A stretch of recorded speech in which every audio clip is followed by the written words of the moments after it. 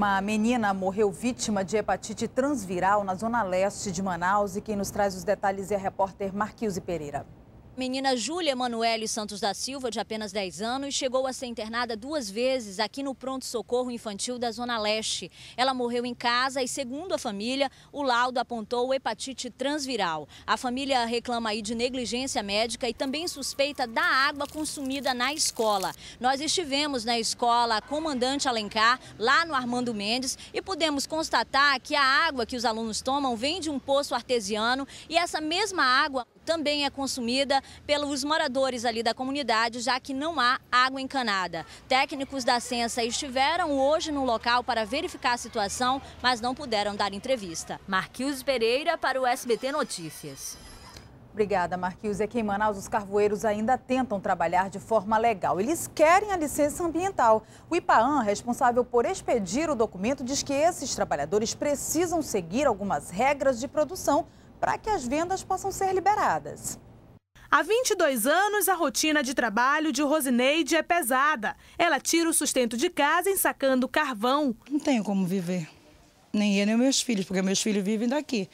Daqui que a gente tira para a gente comer, beber, tudinho, para sobreviver. Mais de 40 famílias de uma associação em Manaus também sobrevivem da atividade que está ameaçada. Os produtos vendidos, muitas vezes, são de áreas ilegais, de municípios como Itacoatiara e Rio Preto da Eva. O produto é irregular, há uma perseguição, entendeu? Então, muitos já optaram por esperar até licenciar a feira para trabalhar.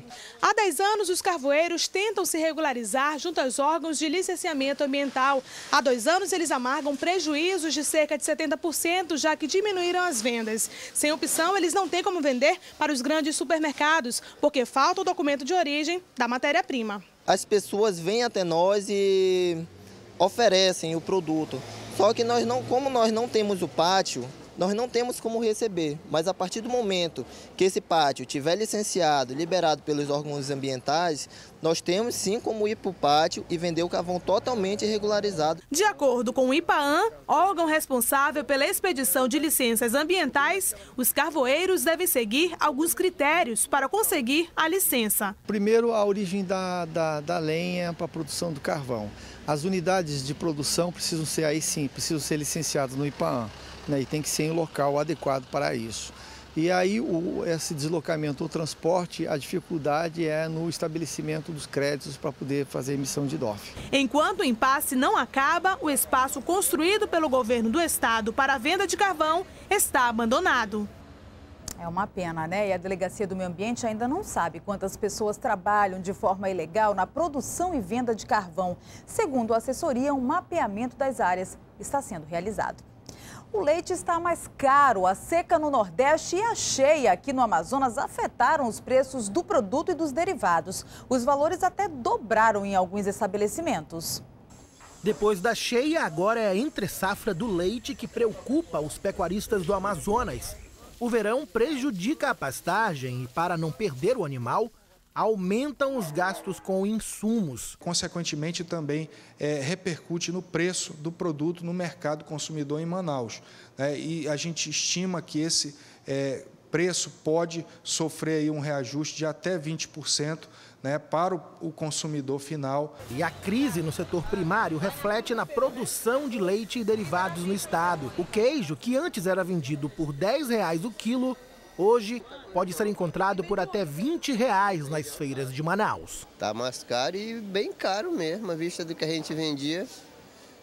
Ele aumenta segunda, aumenta sexta, não sei onde nós vamos parar. Quem sofre com esse aumento é o consumidor. Em alguns supermercados, leite, manteiga, iogurte e outros derivados tiveram preços reajustados. Eu acho que o café, o leite, a manteiga, o queijo, tudo aumentou. Tudo, né? E a gente, como trabalha com lanche, a gente aproveita as promoções, para comprar de muito, para poder tirar alguma coisa de lucro, né? Para tentar minimizar os prejuízos, o governo vai disponibilizar linhas de crédito aos pecuaristas. E agora há pouco, um incêndio atingiu 10 casas no beco do Mestre Chico, zona sul de Manaus. Uma criança ficou ferida.